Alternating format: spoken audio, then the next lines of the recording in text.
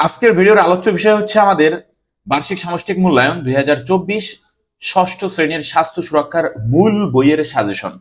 এই প্রশ্নগুলো অবশ্যই তোমরা অনুশীলন করবে, যেখান থেকে তোমাদের এক কথায় প্রশ্ন, বহু নির্বাচনী প্রশ্ন, তারপর হচ্ছে সংক্ষিপ্ত প্রশ্ন, দৃশ্যপটবিহীন প্রশ্ন এবং দৃশ্যপট নির্ভর প্রশ্ন অবশ্যই কমন পড়বে। তোমরা অবশ্যই এই বই থেকে এগুলো অনুশীলন করার চেষ্টা করবা, কারণ তোমাদের শিক্ষক মূল বই থেকেই প্রশ্ন করবেন। আমরা প্রশ্নগুলোতে চলে যাই। কিভাবে তোমার দিন কাটে বিভিন্ন সময়ের বর্ণনা দাও, সকাল, বিকাল, দুপুর, রাত।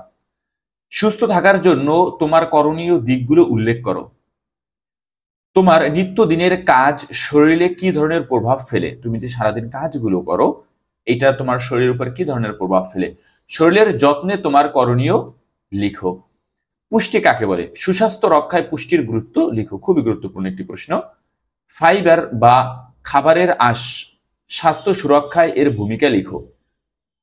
ভিটামিনকে খাদ্য প্রাণ বলা হয় কেন? খাদ্য প্রাণ হবে, এটা মূর্ধন্য হবে।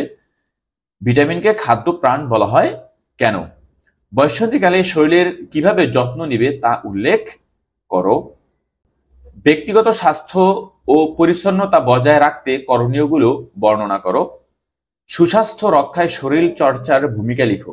এটা কি? সুস্বাস্থ্য চর্চায় ব্যায়ামের উপকারিতা লিখো। অ্যাথলেট কাদেরকে বলা হয়? খেলাধুলায় প্রতিযোগিতায় অংশ নেওয়ার আগে করণীয় কি?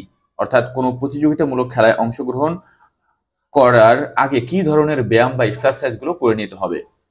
পরিবেশগত স্বাস্থ্য কাকে বলে? পরিবেশগত স্বাস্থ্য কাকে বলে, তাই না? অথবা বলতে পারো, আমরা জানি স্বাস্থ্য তিন প্রকার: পরিবেশগত স্বাস্থ্য, শারীরিক স্বাস্থ্য, আর একটা হচ্ছে মানসিক স্বাস্থ্য। এই তিনটে স্বাস্থ্য যখন সহ অবস্থানে থাকে বা ভালো থাকে, তখন আমরা বলতে পারি আমাদের সুস্বাস্থ্য রয়েছে বা আমরা ভালো আছি। অর্থাৎ মানুষ ভালো থাকার উপাদান কিন্তু তিনটা: শারীরিক স্বাস্থ্য, মানসিক এবং পরিবেশগত স্বাস্থ্য। এই তিনটা ভালো থাকলে আমরা ভালো থাকি, এটা বলতে পারি। পরিবেশ দূষণের বিভিন্ন নিয়ামকের নাম লিখো। পরিবেশ দূষণের বিভিন্ন নিয়ামকের নাম, যেরকম পানি, বায়ু দূষণ, মাটি দূষণ, তাই না? এই বিভিন্ন ধরনের দূষণ আছে।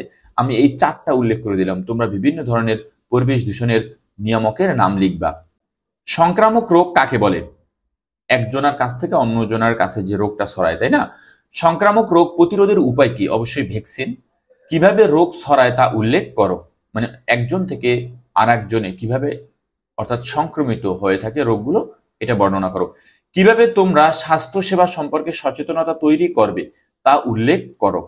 অর্থাৎ এভাবেও বলতে পারে, স্বাস্থ্য সচেতনতা তৈরির একটি পরিকল্পনা তৈরি করো, বা একটি পোস্টার তৈরি করো, বা একটি পরিকল্পনা সুন্দরভাবে উল্লেখ করো, এটাও বলতে পারে। কৈশোরকালীন শরীরের যত্ন কেন গুরুত্বপূর্ণ? শারীরিক পরিবর্তন ও মানসিক পরিবর্তনের লক্ষণগুলো লিখো। বয়ঃসন্ধিকালে সুষম খাদ্যের গুরুত্ব লিখো। কৈশোরের সুস্বাস্থ্য চর্চায় তোমার পরিকল্পনা উল্লেখ করো। সঠিক বন্ধু নির্বাচনে কোন আচরণগুলো খুবই গুরুত্বপূর্ণ, যা তোমাদের বইয়ে উল্লেখ আছে, একদম ধারাবাহিকভাবে লিখে ফেলবে। সহমর্মী আচরণের গুরুত্ব লিখো।